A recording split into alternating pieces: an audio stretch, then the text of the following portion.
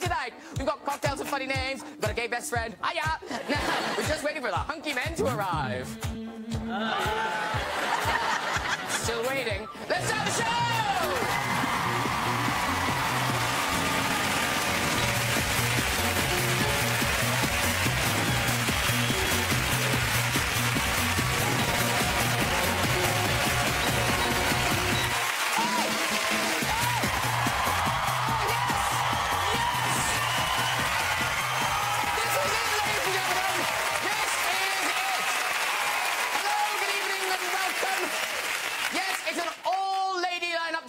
Oscar-nominated star of An Education and The Great Gatsby, Carey Mulligan is on our show. Yes. From The Girl with the Dragon Tattoo, Noomi Rapace is here. Yes. Britain's favourite presenter, Amanda Holden, is on the show. Plus, we've got music from the brilliant new singer Jessie Ware. Lovely song. Oh, it's a lovely song. I'll break your heart. It's lovely. It's a lovely song. Hey, another exciting week, I'm told, in the run-up to the election. Graham woke the audience. Now, the manifestos were out, yeah? Journalists unanimously declared the Tory one was the best. It was much more absorbent. Nice and soft. UKIP leader Nigel Farage was spotted campaigning in a pair of Union Jack socks. Oh, apparently they're part of a matching set. Hope there isn't a big swing to the right. The election news is so lame. Nick Clegg went 10-pin bowling. Long last, Nick's found something he's good at. It's amazing. I mean, even the ball's surprised.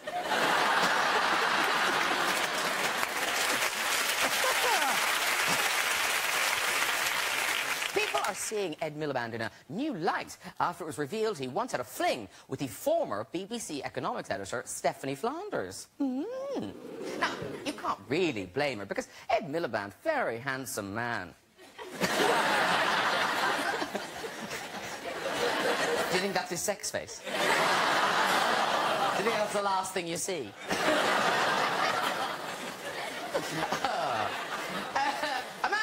She was in the news with that talking dog on Britain's Got Talent. Did you see it? Did you? No, you didn't. Well, we'll talk about it later, but it turned out it was a sort of a trick, fakey thing. But it would be great if dogs could talk, wouldn't it? I wonder what sort of things dogs say. Come on, you know you want to... Oh, you're home early. Oh. I love watching Crufts.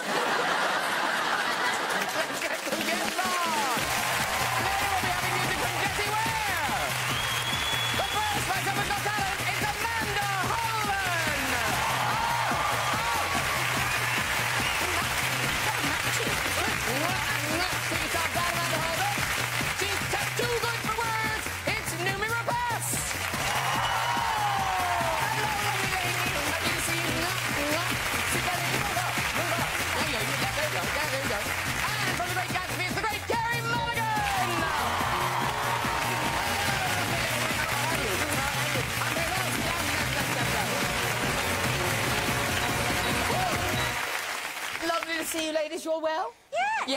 Yeah? No, it's very nice sitting down. Gary, you've been here before. Yes. And Amanda's been here before. Yes. Noomi, no. No. No. First time. Yeah. Noomi Rapace, by the way, I was saying that right. Yeah? Perfect. Perfect. That was amazing. I know. I'm shocked myself. Me too. Yeah. Because do most people say pace? Yeah, rapace or rape ass. What's the word? Yes. Even I, Noomi, guessed it probably wasn't pronounced rape ass. So you haven't done it. So the idea is you just relax, have a nice time. It's all just silly and things. The only thing I would say, where you're sitting, be very careful of Amanda Holden. Okay. No, because she's just had her nipples insured for £2 million. Oh, yes. Allegedly. My husband did this to me the other day. He said I got £2 million worth of man. Well, is it $1 million each? Apparently. I haven't. I mean, they're not worth a fiver each. I promise, I won't touch them. Yeah, don't break them. Break them, you've broken the bank. I know. Why was there such a fuss about them? I don't know. I mean, I'm trying not to problem with the cold and air conditioning. Even the ladies are going, yeah. It's air conditioning and chilliness. But they're like, you know, if I get lost, I think there's some kind of sat-nav. They're always going to be... I'm never going in the wrong direction, let's just say that. I'm just glad they're pointing the same way and they're in the, you know, they're quite level. Yes, that is. Oh, it's all good. That's good. Yes, people are jealous. That's what it is. Yeah. Now... Let's not talk about them again, Greg. No, let's not. I'm drawing a veil over your nipples. So, Numi Rapace, I'll keep saying it because I can. Yeah. So we first saw you in The Girl with the Dragon Tattoo. And so Swedish, is that your first language, Swedish? Yeah, and then when I was 5, I moved to Iceland, so I spoke Icelandic for a couple of years, and then we moved back to Sweden. But it's just like Swedish, Icelandic. Yeah. Are they quite similar, those languages? No, they're very different. Okay. But so few people speak Icelandic. It's hardly worth learning, really isn't it? Yeah, yeah, they should really just learn English. Yeah. That would really solve everyone's problems. But you learned English very fast. Yeah, I did. When I did The Girl with the Dragon Tattoo, and when we went on this massive press tour, it was a nightmare because I didn't understand what people were asking me, and I was sitting in front of like a huge press conference, and I felt like a monkey in a zoo, and I was like, I don't understand. It was like the worst nightmare. So I started to just read nighttime when I couldn't sleep. Watch your show. Really? Watching TV shows. I've got a hint of an Irish accent. You can say, yeah, you were my teachers. No, I was watching, like, everything, not reading subtitles, you know, films, reading books. It took me, like, 10 hours to read the script. I had to look up, like, every second word. It's incredible because now you're just... Yeah. I'm getting better, but... Brilliant. Yeah, I mean, we can't speak Icelandic. I can't even speak French. No, well, Kerry Mulligan, you're fluent in German. Yep. Exactly. What do you want? But didn't you live in Germany? Yeah. Yeah. Yeah. So you speak German? Yeah. Definitely. If there was a German speaker in the audience, and they said something, you'd totally understand it. More than definitely. Okay, do we have a German speaker? Anyone here? Oh, there's a lady over there. Hello, what's your name? Lisa. Sorry? Lisa. Okay, I didn't even understand that. So this is a German challenge, so say something quite complicated. Oh, no. Well, no, come on, we have to say... You say it, anything. Yeah, no. Is that German for hesitation? Yeah, I think that's... Ich kann die Relativitätstheorie nicht erklären. Where's Dad? Dad's here. Dad's here again. Dad'll know. I know the relativity theory. I know the relativity theory quite well, is what she said. Is that really what you said? I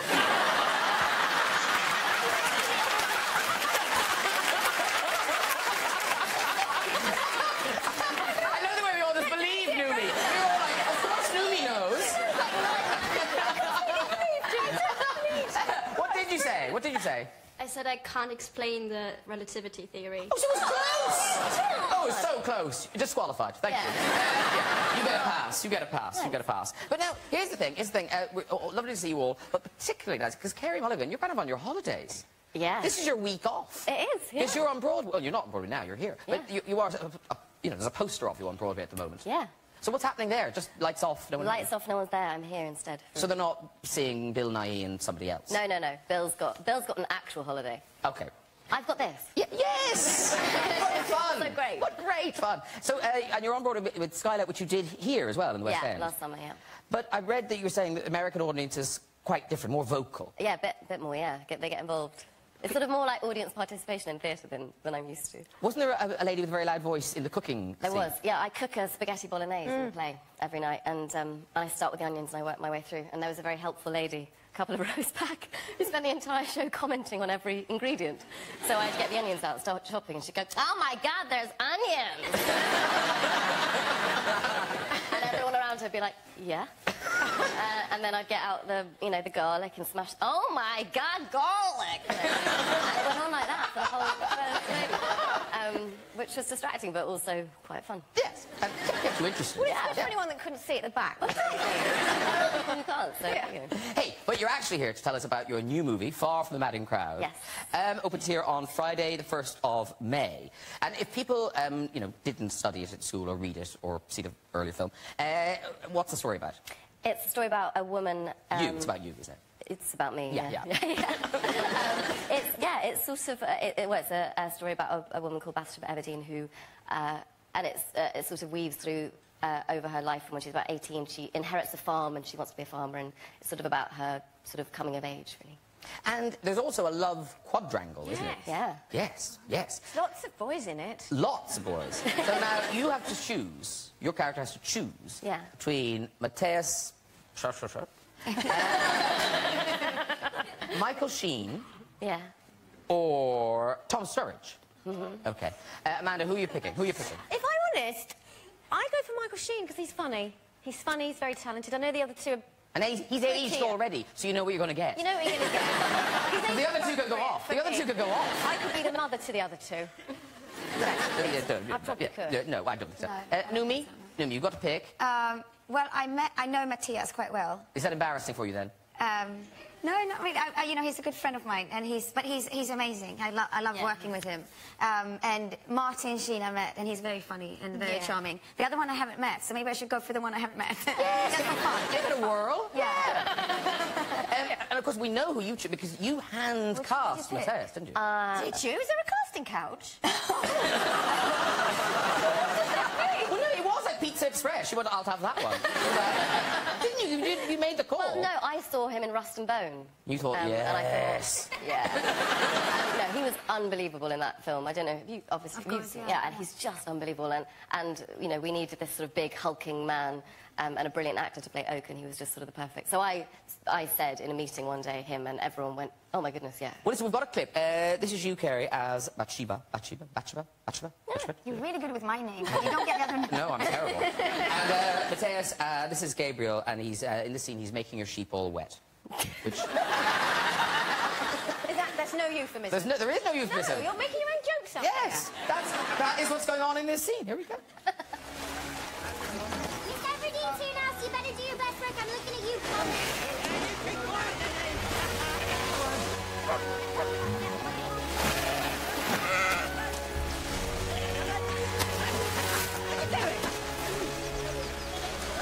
Perhaps you care to lend a hand? You don't think I would? No, you wouldn't. Come in.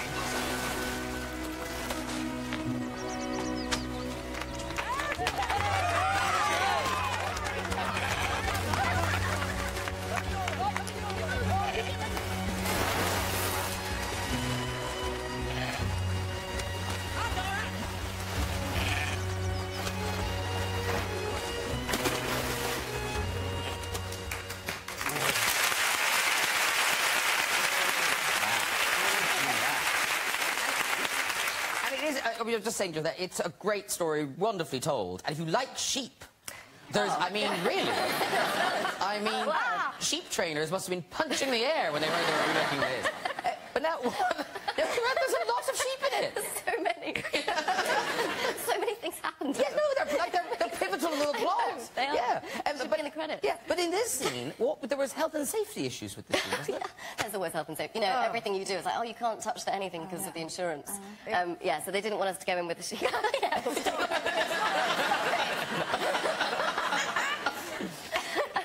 Yeah, they were very adamant that we wouldn't be near the sheep, so they wanted us to do it with a sheep double, which... What was that? It was a sheepskin rug taped to a big water bottle that they just sort of bounced around.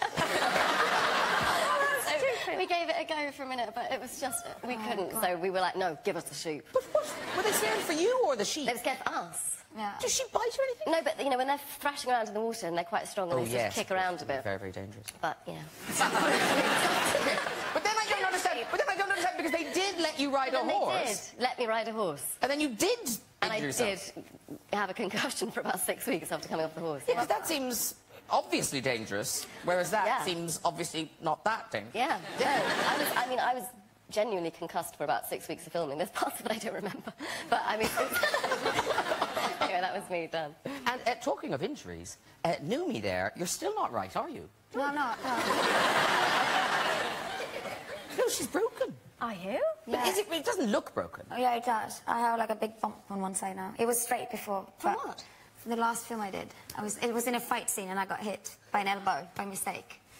Oh. But, yeah, so I blacked out, like, in the scene. I kind of blacked out for a second and then I was like, let's keep going, as we do. Yeah. And, but then, you know, I swelled up and I was like with ice packs and blah, blah, blah. And then I checked it like a month ago, now in London, and it was like definitely broken, fracture, yeah. But is there anything you can do now? Because presumably it's healed broken. Yeah, so I have to re-break it. And I have to kind of, you know, to fix it, they have to re-break it and go I on. want to have a doctor here. Let's find a doctor and do this. No, it's like one profile is quite straight, and then you... Oh, that's really awful. You look lovely. You look lovely. You look lovely. Now, here's the thing. In the film, Manicrad, far from Manicrad, because all the men are approaching you and wooing you, but they're doing it in very different ways. And I think this is the thing for men. They find it difficult to know how to approach women. So, 3 beautiful ladies on the couch, some men in the audience, some of them are actually straight.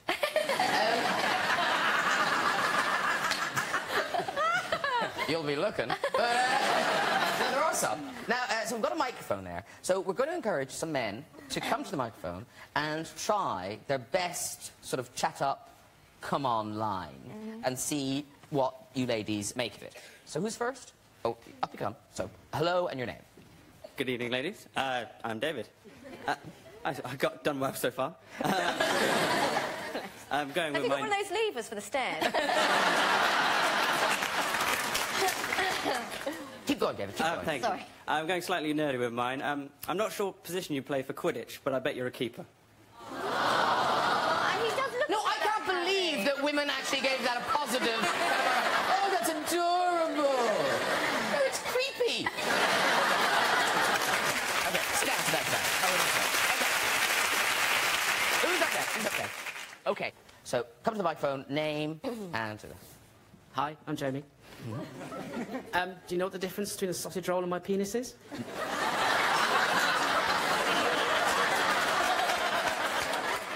so much I could say to that. For the purposes of this, let's say no. I mean, I think you'd probably go, yes. Unless you're in an industrial accident or something. But anyway, let's say no. No. No. No. Well, let's go on a picnic and we can find out. As a vegetarian. Okay.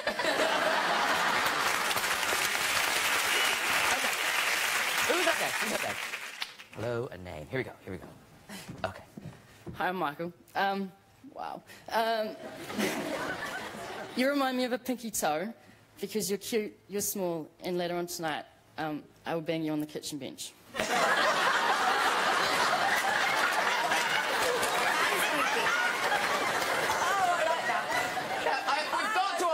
got to ask him, has that ever worked? Once. Drink was involved. Now,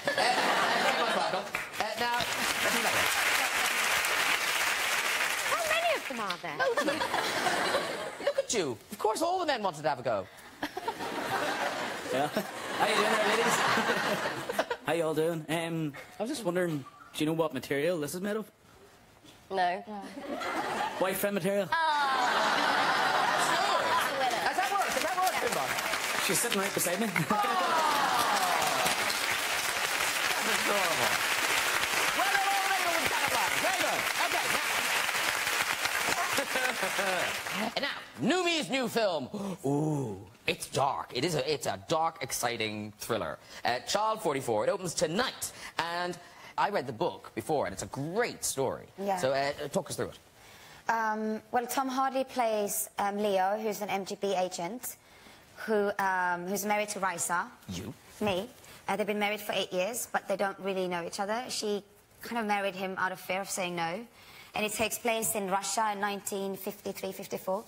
And it's in a society where, you know, you can't really trust anyone and everybody's afraid of, you know, traitors and, you know, who's working for the West, who's working for the government. So it was like, you know, trying to just be as invisible as possible. And then there's a murder. A child is found and it happens to be Leo's colleague, and he had to go to his friend and colleague and say, your son was died in an accident, but he was obviously murdered. But because I didn't understand that. I didn't know this. Yeah. That at that time, murder was a capitalist thing. You couldn't. No one could be murdered. Yeah, exactly. They didn't admit that kind of crime. So it was like, you know, they always found an explanation of that there was an accident. But it's sort of like that's kind of the body, like that's the landscape of where the movie takes off. But for me, the most important thing is kind of the love story. Like it's a reverse love story between Leo and Risa, and how they kind of get to know each other through this, on this journey, trying to find the killer. And it's almost like they fall in love, they discover each other. And I read something, it's so weird that all these years later, still Russia, they're not going to show it now. They've decided. No, I just heard today. Yeah. Yeah. Which is crazy. That... It really surprised me, yeah. Because it's, you know, it's a film. It's art. We're doing, you know, we're kind of bringing life to a book and to characters. And for me, I was quite surprised and sad because, you know, all angles, you know, of history is interesting. You know, it doesn't matter if it's true or not. And we're not saying that it's true, you know. But it is based on true events, though, isn't it? Yeah. The killer bit. Yeah, exactly, yeah. Well, listen, we've got a clip. This is you and Tom Hardy's character, Leo, and this is you attempting to go back to Moscow. Mm-hmm. Where are you going? Where are you going? Away. Away? Yes. Listen to me, listen to me. Whatever you feel about me, whatever is going on, whatever you are thinking, we are here now. That is it. This is where we find ourselves. There is nothing that we can do about it. I would rather spend a lifetime in a shithole like this with you than spend 1 minute in Moscow without you. Say that to someone who doesn't know Huh? you. What are you going to do without papers? Did you forget something? Huh? Yes, you forget this? Give me my papers. You know what happens to a woman like you without papers? Huh? She gets stopped, she gets arrested, she gets questioned, then guess what happens? Ah. Give me my papers.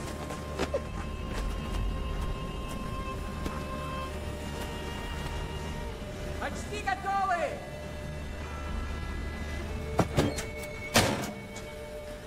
Готовы!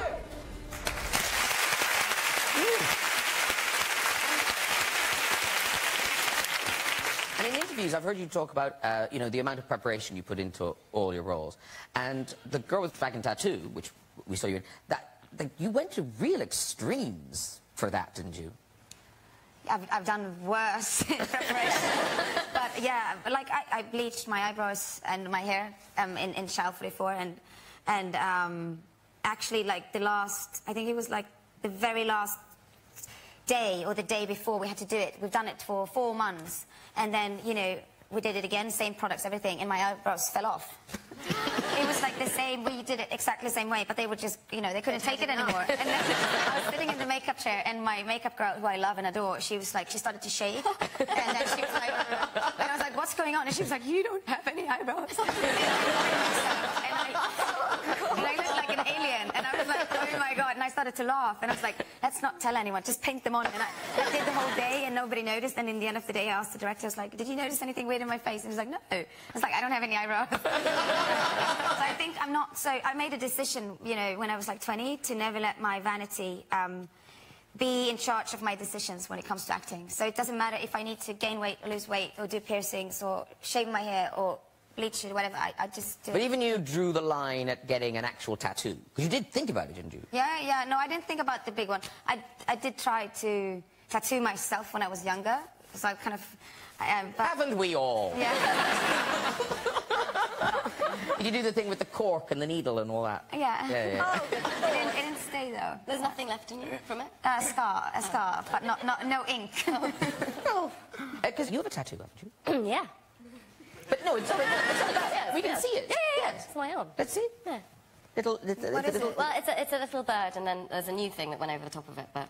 a little seagull. Is it a little seagull? Yeah. Which is very lovely. Thanks. No, it's very nice. And you got that, was it Steve McQueen got? Well, yeah, I got into... Well, I was going to have... I did the seagull, the play, on stage when I was 21, and for a long time after that wanted to get a seagull tattoo, because I loved that job so much. And then, yeah, met Steve McQueen, the director of Hunger and Shame, and was trying to get the job in Shame, and was campaigning quite hard, and got myself in a real tears and started talking about, you know, being an artist and all sorts of really kind of pretentious things. And yeah, and at one point, you know, I told him about this idea to get a tattoo, and he said, well, get the tattoo and you'll get the job, or something like that. And I took it really seriously, and the next morning I went out and I got it, and I don't regret it at all.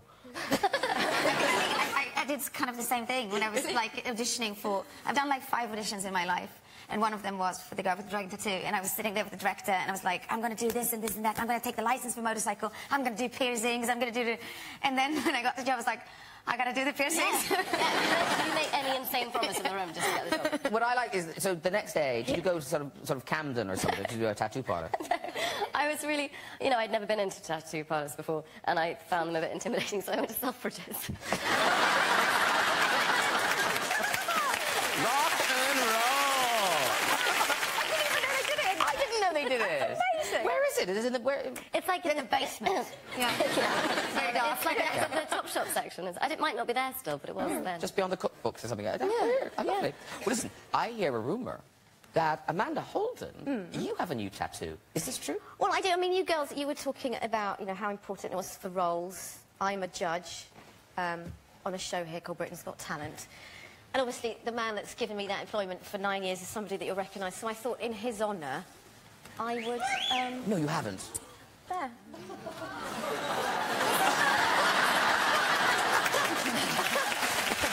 it's nice and brown, so I've got a brown leg. And, of course, now you can sit On... his... Yes, you can... There we are. Well, he's paid my mortgage for 9 years, so I thought it's the least I could do. Well, listen, Simon Cowell, you'll be seeing a lot of Simon Cowell because you are on Britain's Got Talent. It's on ITV Saturday nights. And, of course, well, you're going to miss it because you love it, don't you? I love Do it. you love it? Yeah, I love it. You're a proper actress and everything. I'm a big fan. Yeah, I'm going to miss it amazing. because I'm not here. You can watch it on Catch Up. Yeah. Yes, yes. But here's the thing. So these are the early episodes when there's quite a lot of dross, should we say? Eccentric acts, really. Let's go with eccentric acts. Well, no, you hear Britain's Got Talent. You don't expect to see a man playing a comb. He's a genius. I mean, it takes a lot. That's a lot of practice to do that. That really is rubbish. And then there's animal acts. There's animal acts, and then there's just a woman with a chicken. Yeah, no, she was... that chicken is probably on her table with some roast potato. It didn't do anything. It did nothing, but it was probably enjoyed by her family. I'm a vegetarian. You lot eat it. And now, Wendy the dog. Yes. So this, again, it's a dog... This is a talking dog. She has made television history because she is a dog that can talk. And not only that, she is bilingual, like yourself. What do you mean can talk? She speaks French and English. And she can meow. Look, it's a dog... No, don't...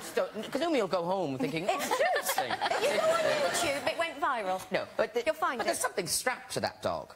Graham, it's a talking dog. Yes. It's got something, you know, it's... Listen, in your world there might be things strapped to things, but in this world, this is a travelling show. You'll have to take that out. No, they won't.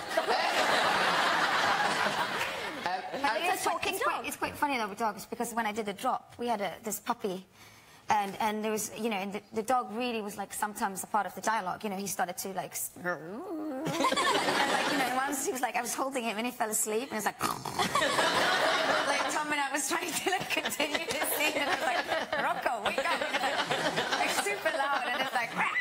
Like, in the minute, so he was like definitely talking, but not a language I understood. This is a language that everyone understands. Okay, yeah. Especially if you're French. It's a ventriloquist dummy. It's not a ventriloquist, it's a talking dog, Graham. It's a dog. It's a talking dog. It's a dog. It's a talking dog. Yeah, whatever. I want to Google it right now. Yeah, I don't really. No, it's really impressive. Have you not got a clip? It's really... No.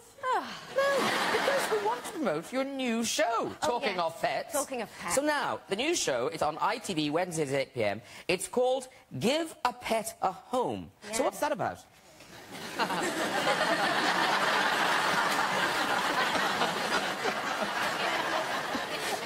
No, seriously, man, what's it about?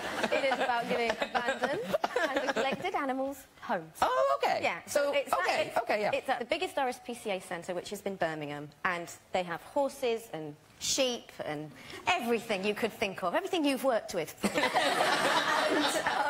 and obviously they've been abused and neglected, and they come, we rehabilitate them, train them, and every week we're going to make an appeal so that people can see the ones on the telly and hopefully adopt them. So it's the first ever sort of call to action. We were completely inundated when the first show went out. It sort of everything crashed, so it's going to work. Have you done that Paul O'Grady thing of just adopting them all yourself? Well, Colleen Nolan took home a three-legged dog within 2 hours of being there.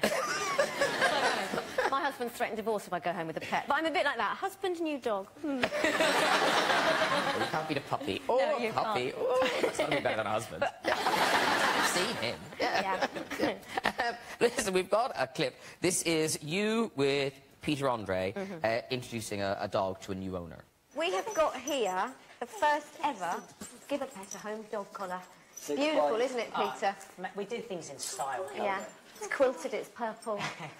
What more could you want? I'm going to attempt to put it on. Look at that. Oh, wow. All that waiting is over. In fact, you know what? He's got quite a thin little neck. I don't think I'm going to be able to get it on him. He's fantastic. Oh, hang on, I've learned something. Clyde, Clyde, sit. Sit. Sit. Sit. Sit. Please sit. It would make me so happy right now. Sit. Okay, I did learn something, but it just wasn't with Clyde. Clyde, please fit me right now. No, you should keep that in. It's brilliant. So sweet. So sweet. It's so funny. It's such a lovely show. And these two have been, it's been so, you know, you're doing proper films and I'm there with a dog that knocks over lampshades. It's still good in its own right. Yeah. Hey, it's music time. This lady has just finished a tour of America performing Say You Love Me from her brilliant second album. It is Jessie Ware!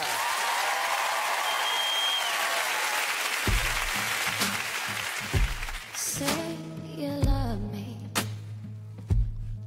to my face. I need you more than your embrace. Just say you want me. That's all it takes. Hearts getting torn from your mistakes. 'Cause I don't wanna fall in love if you don't wanna try. But all that I've been thinking of is maybe that you're mine. And baby, it looks as though we're running out of words to say, and love's flowing away. Just say you love me, just for today. And don't give me time, 'cause that's not the same. Want to feel burning flames when you say my name. I want to feel passion flow into my bones and blood through my veins. 'Cause I don't wanna fall in love if you don't wanna try. But all that I've been thinking of is maybe that you're mine.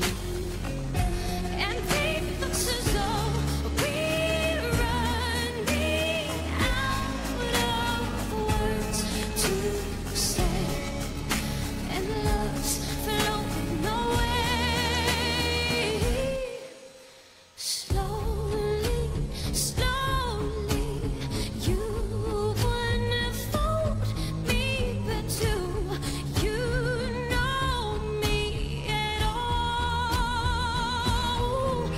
'Cause someone told me love controls everything, but only if you know. 'Cause I don't wanna fall in love if you don't wanna try. But all that I've been thinking of is maybe that you're mine.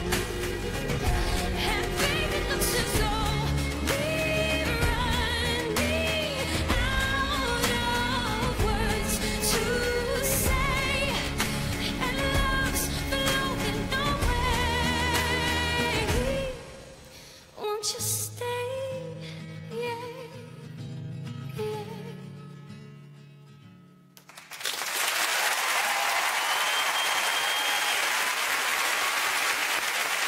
Jessie Ware, ladies and gentlemen! Beautiful, beautiful. Come and join me, you. Mind yourself there, healing. Beautiful. Jessie Ware, everyone. Come on over here. That's Amanda Holden. Numi Rafas. Karen Mulligan. There we go. Oh. Now, because you're joining our fans. I mean, because Numi, you're a big fan. Like, honestly, I've been sitting in my trailer with a big ice pack on my broken nose, an ice pack on my stomach because I torn a muscle, and on my leg. Like, my body was a mess, and I was listening to you, like, with all my eyes, and my team was like, can you stop listening to this? It's like on repeat. Amazing. Didn't fix the nose, but... No. Now, that beautiful song, that is off the album Tough Love, which is out now.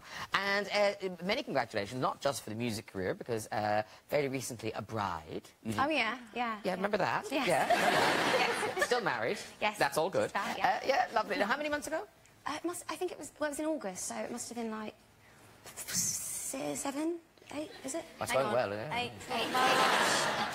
I don't know, anyway, months. And already, ladies and gentlemen, in their house, the patter of tiny feet. Yes?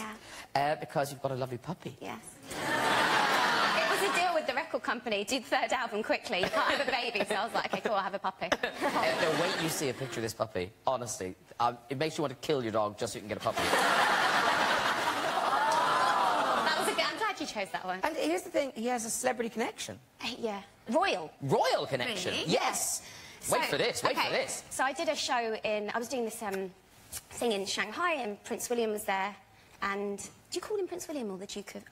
I call him Bill, but we're terribly close. So I got to be in the lineup to meet William. Him. And I heard that you're not supposed to ask royals questions. I know, I never abide with that. I just never listen to that.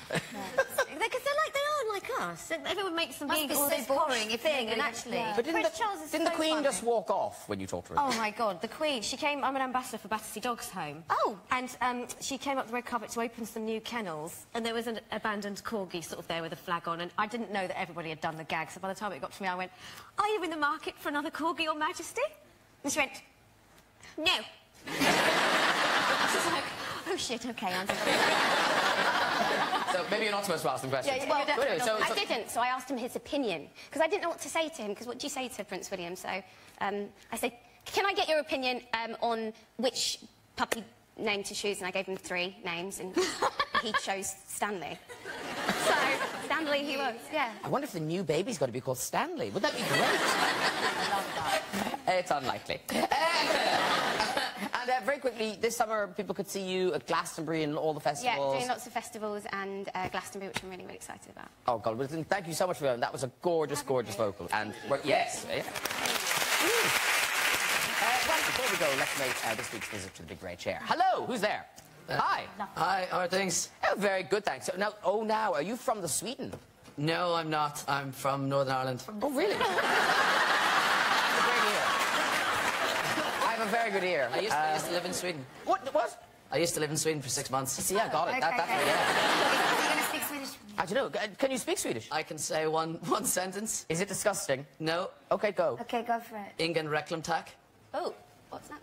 Huh? Say again. Ingen reklamtak. It means no junk mail, please. Okay, How do you actually say that? Ingen reklam. Oh. Okay, put it, I think you put it. Yes, I think the phrase is I can't say anything instead. Oh, God! It could have been a great story. It could have been a great story. We'll never know. Okay, there's more where he came from. Hello. Oh, hello, sir. Hello. Hi, how are you? Okay, thanks. Good. And what's your name? Tony. Tony. Lovely. And where do you hail from, Tony? London. Oh, he's from London. Wow. And what do you do? I'm an accountant. He's an accountant. There's no shame in it. Okay. I've just done that straight away. No! Sorry, Accountants no, are I nice. love accountants. Yeah. No accountant was harmed in the making of that. No, none. So, Tony the accountant from London, off you go with your story. So this takes place in 1977, which was the year of the Queen's Silver Jubilee. And we were having I must get a pen, Tony. 25 years ago, yes. And we were having a street party in our little close in West Ealing. Oh, yes, yes. And a few months before this, Phil Collins had moved into the close. Very exciting. Phil Collins had moved in. Yes. And it was Can I just say, this couldn't be more 1977. And it was at the time when Genesis were at the height of their fame. We were all very excited. And my mother was on the committee and she was collecting money for the street party. Oh, she's great, she's great. Yes. So she was going around knocking on the door. She got to Phil Collins' door and knocked on the door, and he answered, and she explained what she was doing. And he gave her some money. And then he said to her, what are you doing for music? Because if you like, I could bring the boys round. And she said, no, that's OK, thanks, we've got a disco. Very good story. Is that the end of the story? Is there more? We like Tony. Well done, everyone. If you'd like to join us on the show, and have a go on the radio show, you can contact us via our website at this very address. That is it for tonight. Thank you so much to my guest, Jessie Ware.